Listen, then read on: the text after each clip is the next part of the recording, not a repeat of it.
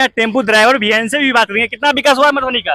Madhubani railway station पे किसी भी तरह का किसी भी सरकार का कोई ध्यान नहीं है। कागजों पे पास कर देने से, अकाउंट में डिपॉजिट कर देने से नहीं होता। कोई हमसे कोई बदतमीजी ना करे, उसके लिए आप ना लॉ वगैरह लिख देते हैं वहाँ पे। तो बड़े बड़े शब्दों में टेलीफोन नंबर होने चाहिए, मेल आईडी होनी चाहिए। ये मैथिल क्षेत्र है, मिथिला का क्षेत्र है, जो जिसको पिछड़ापन कहा जाता है। ये मधुबनी जिला है। ये मधुबनी जिला कहीं ना कहीं देश में ही नहीं विदेश में भी अपना एक अलग पहचान बनाए हुआ है।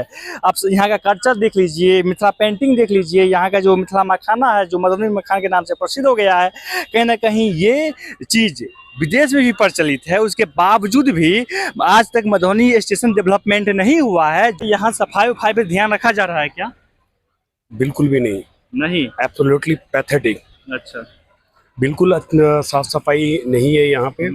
और मधुबनी अपने बिहार के अंदर एक बहुत बड़ा एक पेंटिंग की वजह से जाना जाता है। बिहार भी नहीं सर, पूरे देश में, विश्व में नाम विख्यात है मिथिला पेंटिंग, जाना जाता है। लेकिन उस हिसाब से मधुबनी रेलवे स्टेशन पे किसी भी तरह का किसी भी सरकार का कोई ध्यान नहीं है। एक्चुअली होता क्या है ना कि जो फंड जो मिलते हैं ना डेवलपमेंट के लिए, वो सिर्फ कागजों पे मिलते हैं। और वो फंड जो है ना कागजों पे मिलते हैं और टेबल के नीचे से बढ़ जाते हैं।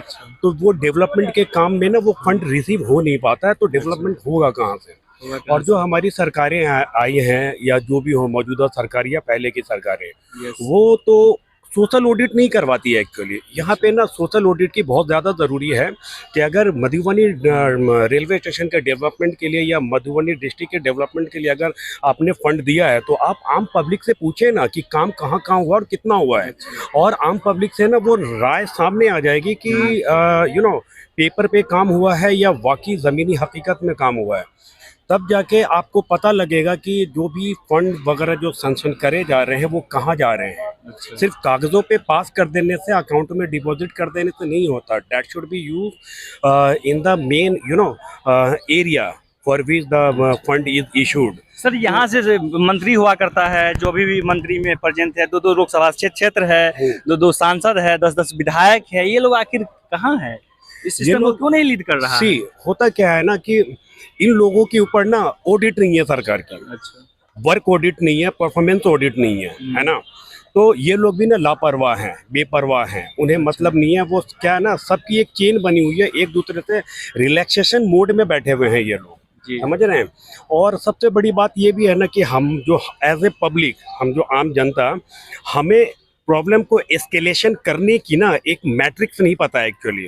तो सरकार को भी ये चाहिए कि प्रॉब्लम को एस्केलेट करने के लिए एक मैट्रिक्स जनहित में जारी करनी चाहिए कि अगर कोई काम कहीं पे नहीं हो रहा है तो बड़े बड़े शब्दों में टेलीफोन नंबर होने चाहिए, मेल आईडी होनी चाहिए, शिकायतों वाले नंबर होने चाहिए, ताकि वहाँ तक ना शिकायत करी जा सके। सरकार तो बता रहा है कि हमने प्रोवाइड कर रहे हैं। नहीं, सरकार प्रोवाइड कर रही है, कागजों में कर रही है, विजिबिलिटी नहीं है मेरे भाई, विजिबिलिटी नहीं है। सी, अगर आप इस रेलवे स्टेशन के डेवलपमेंट के लिए आपने फंड इशू करे हैं, तो कितने करोड़ का करा है, काम कितना हुआ है और कहां से कहां तक का होना है, that should be the visible for the public.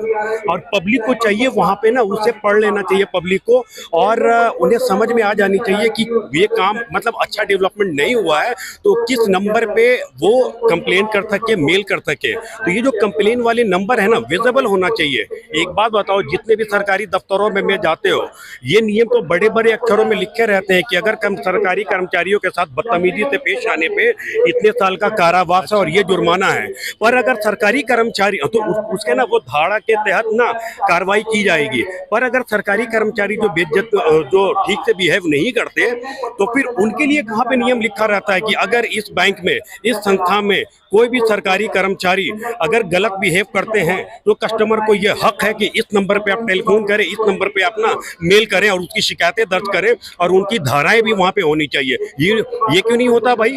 मतलब अपने पक्ष के लिए कोई हमसे कोई बदतमीजी ना करे, उसके लिए आप ना लॉ वगैरह लिख देते हैं वहाँ पे, सेक्शन फलाना ढिमकाना। दैट पब्लिक के लिए नहीं लिखा, अल्टीमेटली बिल्कुल नहीं होता है यार। जैसे आपके सामने जीता जागता उदाहरण है सर, जो शिलान्यास पत्ती है, इसमें राशि नहीं लिखा गया है, यहाँ ये प्रोवाइड नहीं किया गया, तो कैसे पता चलेगा कि यहाँ के लोगों को, यहाँ के पब्लिक को कि कितने राशि के माध्यम से रीडेवलपमेंट किया जाएगा मधुबनी स्टेशन का, यही चीज शायद वो क्या कर रहे हैं क्या? एक बात बताइए ना, आपने इनकी बातें करी है, यहाँ पे सारी चीजें लिखी हुई है, पद और कद दोनों चीजें लिखी हुई है। क्या शिकायत का नंबर आइए थोड़ा यहाँ आइए सर, यहाँ दिखा दे रहे हैं आपको कि यहाँ पे देख सकते हैं कि लिखा हुआ है, पद और कद दोनों लिखा हुआ है, लेकिन यहाँ शिलान्यास किया गया है। लेकिन कितने रकम से ये शिलान्यास होगा, कितने पैसा से ये मधुबनी स्टेशन रीडेवलपमेंट होगा, ये चीज नहीं दर्शाया गया है। कहीं ना कहीं अगर ये चीज दर्शाया गया होता तो यहाँ के पब्लिक, मधुबनी की जनता के जो करोड़ों की संख्या आबादी है मिथिला क्षेत्र में, इन लोगों को पता होता। तो क्या बता रहे थे बताइए? जो रेलवे स्टेशन का जो एकीकरण किया गया है, और मैंने ये देखा था तकरीबन एक हफ्ते पहले कमतौल रेलवे स्टेशन पे था, तो दुनिया भर के टेंट लग रहे थे और वहाँ पे ना मोदी जी का एक कॉन्फ्रेंस कॉल में एड्रेसिंग था वहाँ पे।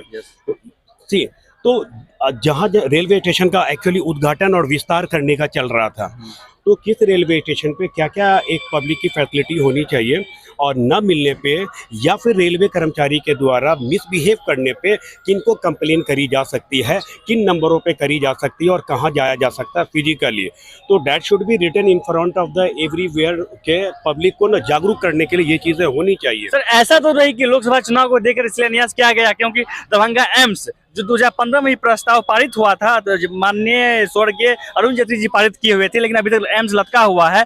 ऐसा नहीं कि ये भी इस तरह से लटक जाएगा। सी होता क्या है कि एम्स बनना या कुछ भी बनना, ये एक ज्योग्राफिकल फैक्टर है ये, राइट। और ज्योग्राफिकल फैक्टर को देखते हुए जो भी हमारी सरकार या कंसर्न पर्सन है ना, उसको डिसाइड करते हैं कि कहाँ बनना है और नहीं बनना है। पर होता यहाँ पे क्या है, खिंचाव बहुत ज़्यादा है। लोग किसी और सांसद के जो एरिया वाले होते हैं वो चाहते हैं कि उधर बने, कोई चाहते हैं उधर बने, तो खिंचाव क्यों और एक ही एम्स क्यों? एक बात बताइए, तमाम सरकारी हॉस्पिटलों के अंदर ना पेशेंटों के ना की लाइनें लगी होती है। जिस तरह से मरीज दिन ब दिन बढ़ रहे हैं, बीमारियां दुनिया भर की आ रही है, उस हिसाब से डॉक्टर नहीं है, उस हिसाब से हॉस्पिटल्स नहीं है। एक ही डीएमसीएच के अंदर ये सारे मिथिलांचल का भाड़ क्यों? डीएमसीएच में एक ही हॉस्पिटल क्यों होना चाहिए? पूरे मतलब दरभंगा कॉन्स्टिट्यूशन के अंदर या एक डिस्ट्रिक्ट के अंदर एक ही हॉस्पिटल क्यों होना चाहिए?